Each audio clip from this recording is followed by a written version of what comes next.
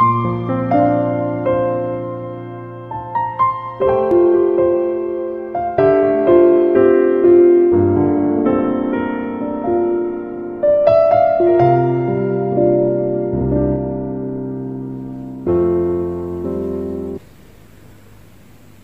Ibu, saudara-saudari, mari kita menandai diri kita dengan tanda kemenangan Kristus. Dalam nama Bapa dan Putra dan Roh Kudus. Amin. Marilah kita berdoa. Allah Bapa yang Maha Kuasa dan Kekal, kami mengucap syukur kepadamu atas semua anugerah yang Engkau berikan kepada kami. Secara khusus pada saat ini, Engkau memberi kami kesempatan untuk mendengarkan firman-Mu. Bantulah kami dengan Roh Kudus agar firman yang akan kami dengar dapat kami pahami dan dapat kami laksanakan di dalam kehidupan harian kami. Ya Bapa, inilah doa kami yang kami naikkan ke hadirat-Mu dengan perantaran Kristus Tuhan kami. Amin. Firman Tuhan diambil dari Injil Matius bab 18 ayat 21 sampai bab 19 ayat 1. Sekali peristiwa, datanglah Petrus kepada Yesus dan berkata, "Tuhan, sampai berapa kali aku harus mengampuni saudaraku jika ia berbuat dosa terhadap aku? Sampai 7 kali?"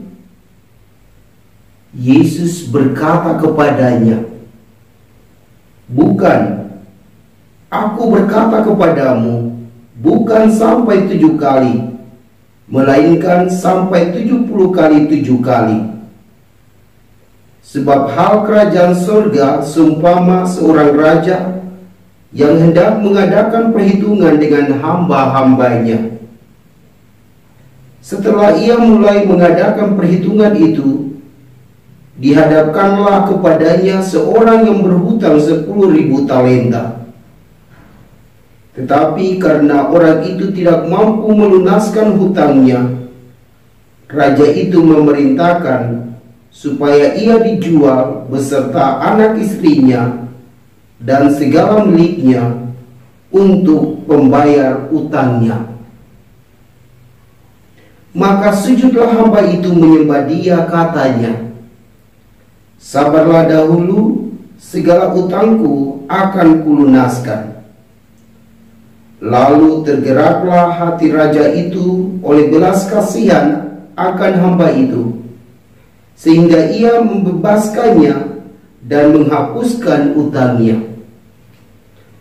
Tetapi ketika hamba itu keluar, ia bertemu dengan seorang hamba lain yang berhutang 100 dinar kepadanya. Ia menangkap dan mencekik kawannya itu, katanya, 'Bayar utangmu.' Maka sujudlah kawannya itu dan memohon kepadanya, 'Sabarlah dahulu, utangku itu akan kulunaskan.' Tetapi ia menolak dan menyerahkan kawannya itu ke dalam penjara sampai dilunaskannya utangnya. Melihat itu, kawan-kawannya yang lain sangat sedih, lalu menyampaikan segala yang terjadi kepada tuan mereka.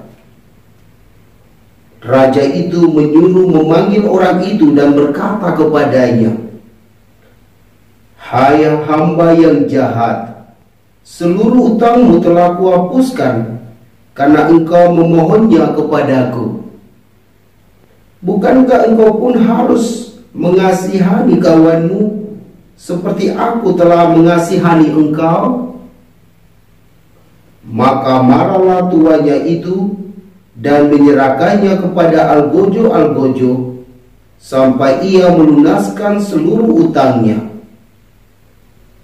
Maka Bapakku yang di sorga akan berbuat demikian juga terhadap kamu, apabila kamu masing-masing tidak mengampuni saudaramu dengan segenap hatimu." Demikianlah Injil Tuhan. Shalom Bapak Ibu, Saudara dan Saudariku yang Tuhan Yesus kasihi. Dalam kehidupan harian kita sebagai manusia biasa, kita sulit mengampuni orang yang bersalah kepada kita. Kita bisa lihat pengalaman kita masing-masing. Ketika orang membuat kesalahan kepada kita sulit memaafkannya, apalagi mengampuninya. Dan biasanya kita mengingat peristiwa itu terus-menerus, sehingga kita dendam kepada orang itu. Dan rasa benci kepadanya itu berlarut-larut. Bapak Ibu, Saudara dan Saudari yang Tuhan Yesus kasihi, dalam Injil hari ini kita mendengar bahwa Tuhan Yesus mengajarkan hal yang justru bertentangan dengan kebiasaan kita tadi. Yesus menjawab pertanyaan Petrus, "Guru, berapa kali saya ini mengampuni orang yang bersalah kepada saya? Apakah 7 kali?" Dan Yesus menjawab, bukan 7 kali, tetapi 70 kali 7 kali. Apa artinya 70 kali 7 kali? Artinya adalah kita mengampuni orang yang bersalah kepada kita tanpa batas, tanpa bertepi, tanpa berujung. Berarti kita harus mengampuni terus-menerus. Bila ia melakukan kesalahan dan dia datang kepada kita lalu meminta maaf, kita mesti memberi pengampunan kepadanya. Mengapa? Karena Allah kita mengajarkan demikian. Mengapa? Karena Allah kita sudah mengampuni dosa kita lebih dahulu. Kita tahu bahwa setiap manusia pasti melakukan salah dan dosa. Dan Tuhan kita luar biasa. Dia mengutus putranya Yesus Kristus datang ke dunia untuk menebus kita dari salah dan dosa kita. Ia rela wafat di kayu salib untuk keselamatan Anda dan saya. Ia rela wafat di kayu salib supaya Anda selamat dari dosa-dosa. Maka sesungguhnya Anda dan saya telah mendapat pengampunan dari Tuhan. Maka kita mesti mengampuni orang yang bersalah kepada kita. Jangan kita seperti seorang yang tadi sudah diampuni oleh tuannya saat ia berhutang kepada tuannya itu. Tetapi ketika ia keluar, lalu dia bertemu dengan orang ketiga yang berhutang kepadanya, ia tidak mengampuninya. Dia justru berusaha untuk menekan orang yang berhutang kepadanya. Bahkan ia menyeretnya ke dalam penjara. Bapak Ibu, saudara-saudari, dikatakan tadi, ketika teman-teman melihat sikapnya itu, mereka menyampaikan kepada Tuhan yang sudah mengampuni orang itu. Dan apa yang terjadi? Tuhan itu amat marah kepada orang yang sudah dibebaskan, tetapi ia tidak membebaskan orang yang berhutang kepadanya. Dia selalu mencekik orang itu, sehingga akhirnya Tuhan itu marah. Dan dikatakan, kalau kita berlaku demikian, maka Bapa kita yang di sorga juga akan berbuat demikian kepada kita, jika kita tidak mengampuni orang. Maka sekali lagi, mari kita mengampuni orang yang bersalah kepada kita. Kita mulai dari dalam keluarga. Suami mesti mengampuni, memaafkan istri. Istri mesti memaafkan suami. Orang tua mesti memaafkan anak-anak. Kadang orang tua berpikir bahwa saya ini orang tua, kamu anak saja. Mestinya kamu yang meminta maaf kepada saya, walaupun saya orang tua ini bersalah. Tidak demikian. Tuhan Yesus mengajak kita hari ini untuk mengampuni, walaupun dia kecil. Tetapi kalau dia tidak bersalah, kita meminta maaf kepadanya dan dia berhak mengampuni kita.